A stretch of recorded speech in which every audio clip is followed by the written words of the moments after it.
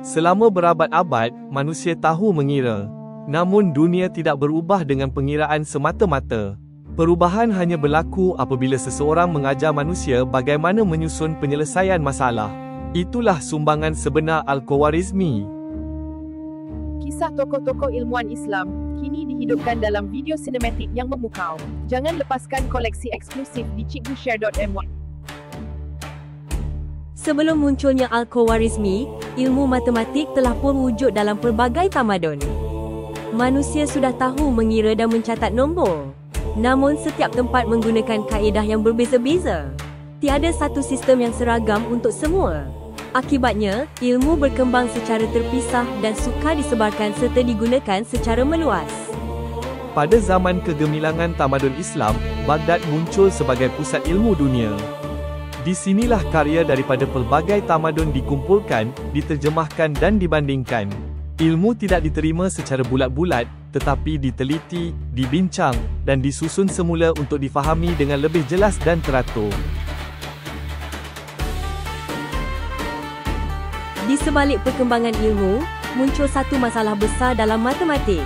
Kaedah pengiraan tidak seragam. Hasil berbeza walaupun soalan yang sama. Ilmu sukar diajar dan sukar digunakan secara konsisten. Masalahnya bukan kekurangan ilmu, tetapi ketiadaan satu kaedah penyelesaian yang tersusun. Di tengah kekeliruan kaedah yang berbeza-beza, Al-Khwarizmi memperkenalkan satu pendekatan baharu. Masalah tidak lagi diselesaikan secara rawak, tetapi melalui langkah yang tersusun dan berperingkat. Setiap langkah dijelaskan dengan jelas, boleh diulang dan boleh diajar. Inilah asas kepada Al-Jabr atau Algebra, satu kaedah yang menukar kekeliruan menjadi penyelesaian yang teratur. Dalam usaha menyempurnakan kaedah penyelesaian ini, Al-Khwarizmi memanfaatkan satu idea penting yang berasal daripada tamadun India, iaitu angka kosong. Namun sifar bukan sekadar simbol baharu. Al-Khwarizmi meletakkannya dalam satu sistem yang tersusun, menguji dan membuktikan peranannya dalam setiap langkah pengiraan.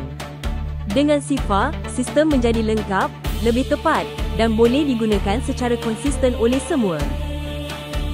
Dengan kaedah yang tersusun ini, pengiraan tidak lagi terhad kepada bilik ilmu.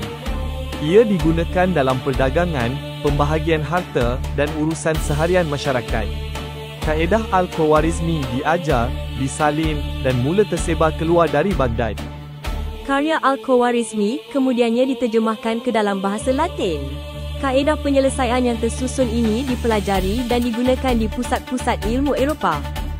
Daripadanya lahir istilah algoritma, satu warisan intelektual yang terus mempengaruhi dunia hingga ke hari ini. Warisan Al-Khwarizmi bukan sekadar ilmu pada zamannya. Ia ialah satu kaedah penyelesaian yang tersusun dan boleh diulang, digunakan merentas bidang, tempat dan masa. Daripada dunia Islam, kaedah ini menyebar ke tamadun lain, membentuk asas pemikiran matematik dan sains moden. Inilah sumbangan sebenar Al-Khwarizmi, bukan sekadar apa yang ditemui, tetapi cara manusia belajar berfikir dan menyelesaikan masalah.